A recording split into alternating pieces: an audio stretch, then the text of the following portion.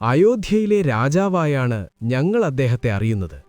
അദ്ദേഹത്തെ അനുയോജ്യനായ മനുഷ്യനായി ഞങ്ങൾക്കറിയാം, മര്യാദ പുരുഷോത്തമൻ.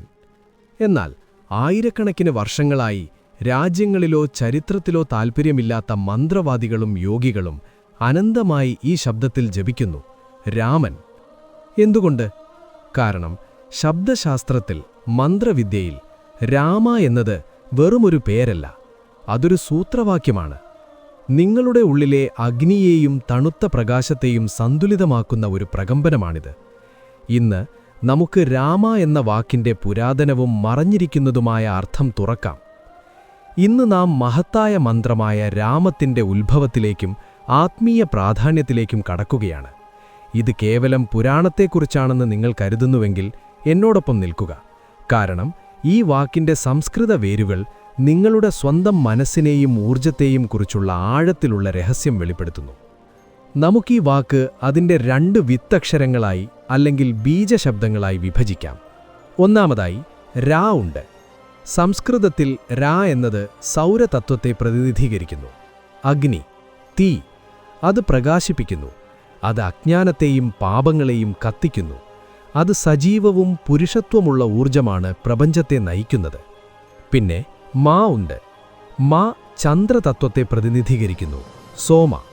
അത് തണുപ്പിക്കുകയും ശാന്തമാക്കുകയും മനസ്സിനെ പ്രതിനിധീകരിക്കുകയും ചെയ്യുന്നു.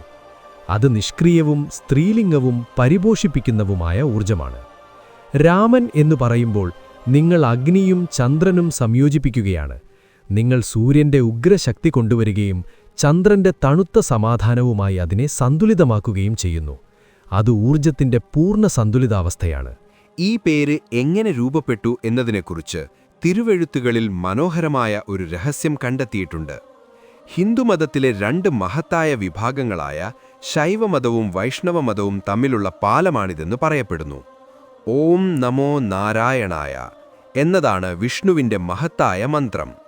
ഈ മന്ത്രത്തിന്റെ ജീവശക്തി അല്ലെങ്കിൽ വിത്ത് രാ എന്ന ശബ്ദമാണ്. നിങ്ങൾ രാ നീക്കം ചെയ്താൽ നാരായണൻ നയന ആയി മാറുന്നു. അതിനർത്ഥം എവിടെയും നയിക്കരുത് എന്നാണ്. ശിവന്റെ മഹത്തായ മന്ത്രം നമഃ ശിവായ ആണ്. ഈ മന്ത്രത്തിന്റെ ജീവശക്തിയാണ് മാ. നിങ്ങൾ മാ നീക്കം ചെയ്താൽ ശിവായ ശിവ അഥവാ അശുഭത്തെ സൂചിപ്പിക്കുന്നു ആയി മാറുന്നു. അതിനാൽ ആത്യന്തികമായ ശബ്ദമായ രാമ സൃഷ്ടിക്കാൻ മുനിമാർ വിഷ്ണുവിന്റെ ജീവശക്തിയും ശിവന്റെ ജീവശക്തിയും ഉപയോഗിച്ചു. അത് എല്ലാ ബോധത്തിന്റെയും ഐക്യമാണ്. എന്നാൽ പക്ഷേ ഏറ്റവും ആഴത്തിലുള്ള അർത്ഥം വരുന്നത് പത്മപുരാണത്തിൽ നിന്നായിരിക്കാം. അതിൽ ഇങ്ങനെ പറയുന്നു: രാമന്തെ യോഗിനോ അനന്തെ സത്യാനന്ദേ ചിദാത്മനി. ഇത് ഇങ്ങനെ വിവർത്തനം ചെയ്യുന്നു: യോഗികൾ അനന്തത, സത്യം, ആത്മാവിന്റെ ആനന്ദത്തിൽ ആനന്ദിക്കുന്നു. അതിനാൽ ആ പരമാത്മാവ് രാമൻ എന്നറിയപ്പെടുന്നു. ഇവിടെ രാമൻ നിങ്ങൾക്ക് പുറത്തുള്ള ഒരു വ്യക്തിയല്ല. രാമൻ ആത്മാവാണ്, നിങ്ങളുടെ ആന്തരിക ആത്മാവ്. ഞാൻ എൻ്റെ ആത്മാവിൽ സന്തോഷിക്കുന്നു എന്നാണ് രാമമന്ത്രം ചൊല്ലുന്നത്. ഭയമില്ല, ആനന്ദം മാത്രമുള്ള സ്ഥലത്തേക്ക് മടങ്ങുക എന്നതാണ് അത്. അതിനാൽ നിങ്ങൾ രാമനെ ഒരു ചാരിത്രിക രാജാവായോ ഒരു ദേവതയായോ അല്ലെങ്കിൽ കോസ്മിക് ശബ്ദത്തിന്റെ വൈബ്രേഷനായോ കാണുകയാണെങ്കിലും ഫലം ഒന്നുതന്നെയാണ്.